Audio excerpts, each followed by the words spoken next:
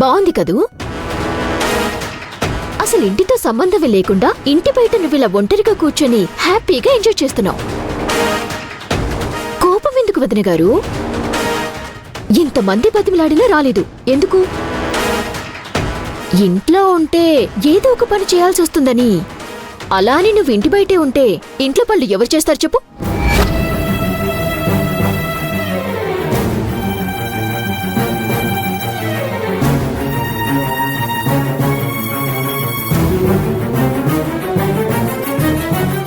ఆకలేస్తుంది, టిఫిన్ చేయి.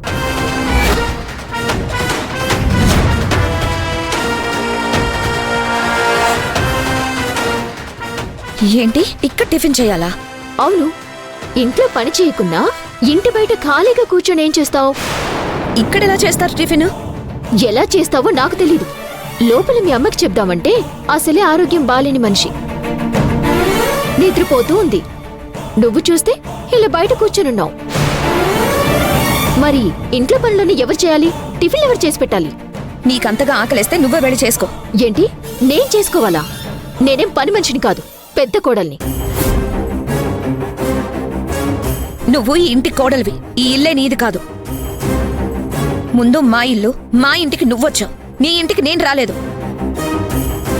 పెళ్ళయ్యాక అత్తగారిల్లే నా ఇల్లు అంటే నేనుండాల్సిన చోటే ఉంటున్నాను. కాని నువ్వే ఉండాల్సిన చోట ఉండకుండా, అంటే మీ ఇంట్లో ఉండకుండా మా ఇంట్లో ఉంటున్నావు.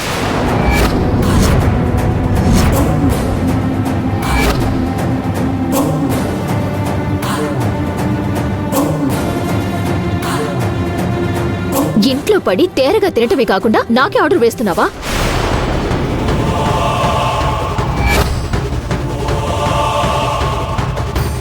హే, ఏం వాగుతున్నావ్? నేనిక్కడ ఎందుకుంటున్నానో నీకు చెప్పాల్సిన అవసరం నాకు లేదు. నా తమ్ముళ్ళకి తెలుసు, మా అమ్మ నాన్నకు తెలుసు. అవన్నీ వద్దు. ముందు ఆకలేస్తుంది. ఈ ఇంటి కోడల్ని కాబట్టి నేను పని చేయాల్సిన అవసరం లేదు. ఎక్కడ ఉండాల్సిన నువ్వు ఈ ఇంటికొచ్చి కూడు గూడు గుడ్డ అనే గవర్నమెంట్ పథకం కింద అన్నీ జరుపుకుంటున్నావు కదా. అలాంటప్పుడు ఖాళీగా కూర్చుంటే ఎలా? తిన్నది అరగాలి అంటే ఏదో ఒక పని చేయాలి కదా.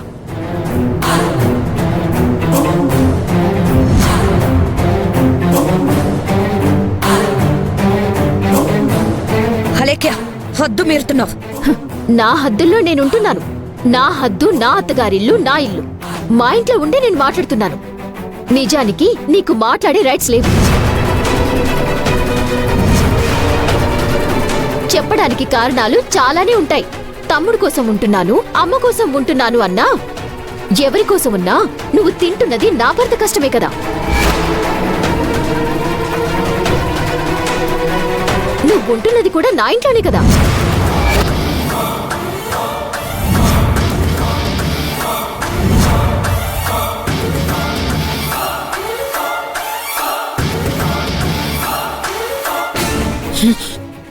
అసలు నీలాంటి దాంతో మాట్లాడమే వేస్ట్. ఇప్పుడేంటి, నీకు టిఫిన్ చేసి పెట్టాలి అంతే కదా?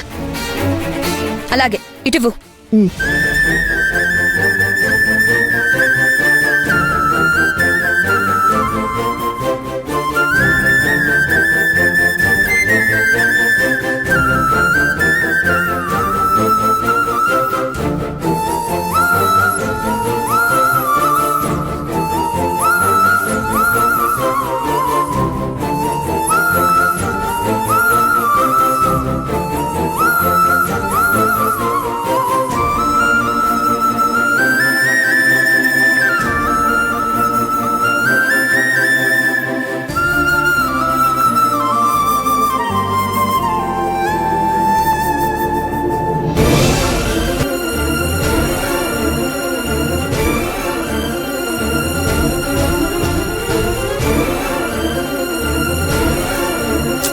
మరి త్వరగా చెయ్యి, కట్టెలిపోయి కదా.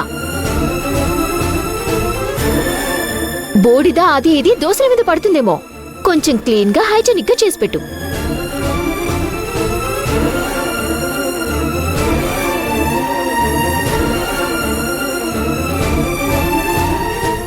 రాఘవ,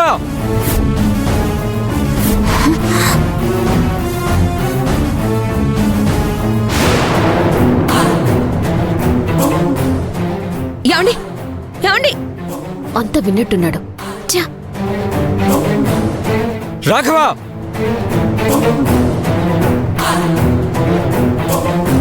బావా ఎప్పుడొచ్చావు? ఏమైంది? నన్ను బావా అని పిలవద్దు ఇంకోసారి.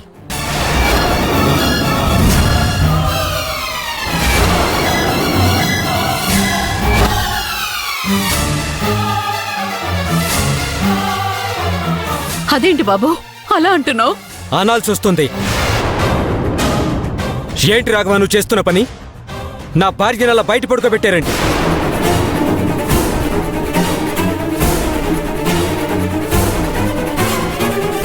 ఏ నా ఇంటికి తీసుకెళ్ళలేక నా గతి లేక ఇక్కడ వదిలిపెట్టానంటావా?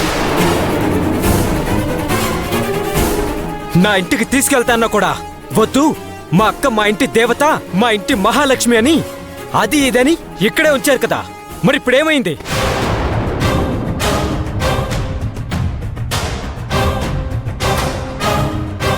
ఏం చేస్తున్నారు తనతో?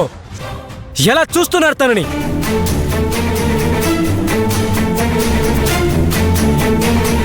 ఇంట్లో ఉండాల్సిన నా భార్య బయటెందుకుంది? నీ భార్య నా భార్యను పనమ్మాయిలా ఎందుకు చూస్తుంది?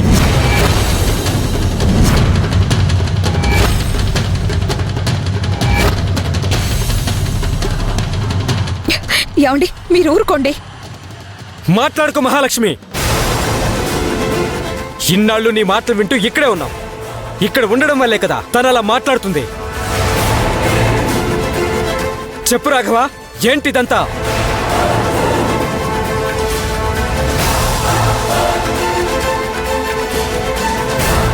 విషయం మన మీదకి మళ్ళీలా ఉంది. ఏంటి మా బావేతో తప్పు చేసినట్టు మాట్లాడుతున్నారు? చేసిందంతా మీ భార్యనే, కావాలంటే అడగండి.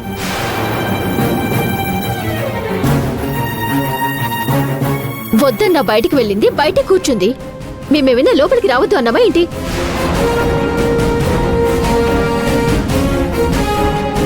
నా భర్తని కాదనుకున్న వాళ్ళు ఎక్కడో బయటున్నారని వాళ్ళని కలవటానికి వెళ్ళింది. వద్దక్క నా మాట విను, వెళ్ళొద్దు అన్నా కూడా వినలేదు. చెయ్యొద్దు అన్న పని చేసి ఇప్పుడు బయట కూర్చొని ఆవిడ డ్రామాలాడుతూ ఉంటే మీరు మా బావని తిడుతున్నారా? హే నోరు మొయ్యవే. ఎవరితో ఏం మాట్లాడాలో కూడా తెలియదు నీకు. ఇంటల్లుడితోటి ఇలాగైనా మాట్లాడేది? ఆయన ఈ ఇంటి అల్లుడైతే నేను ఈ ఇంటి పెద్ద కోడల్ని, బావ ఈ ఇంటి పెద్ద కొడుకు. బావని పట్టుకుని వాళ్ళ ఇష్టానికి మాట్లాడుతూ ఉంటే మీరు చూస్తూ ఊరుకుంటారేమో కానీ నేను చూస్తూ ఊరుకోను.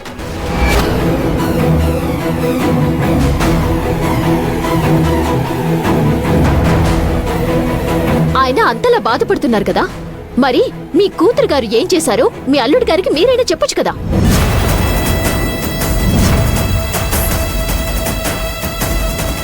ఏంట్రా రాఘవ, ఈ ఇంటి గౌరవాన్ని పెంచాల్సిన కోడలు అలా మాట్లాడుతుంటే చూస్తూ ఊరుకుంటావేంట్రా? ఈ ఇంటి అల్లుడిని పట్టుకుని నోటుకొచ్చినట్టు మాట్లాడుతుంటే ఏం మాట్లాడవేంట్రా? ఏం మాట్లాడమంటావు నాన్న? అలాగే మాట్లాడిన దాంట్లో తప్పే ఉంది.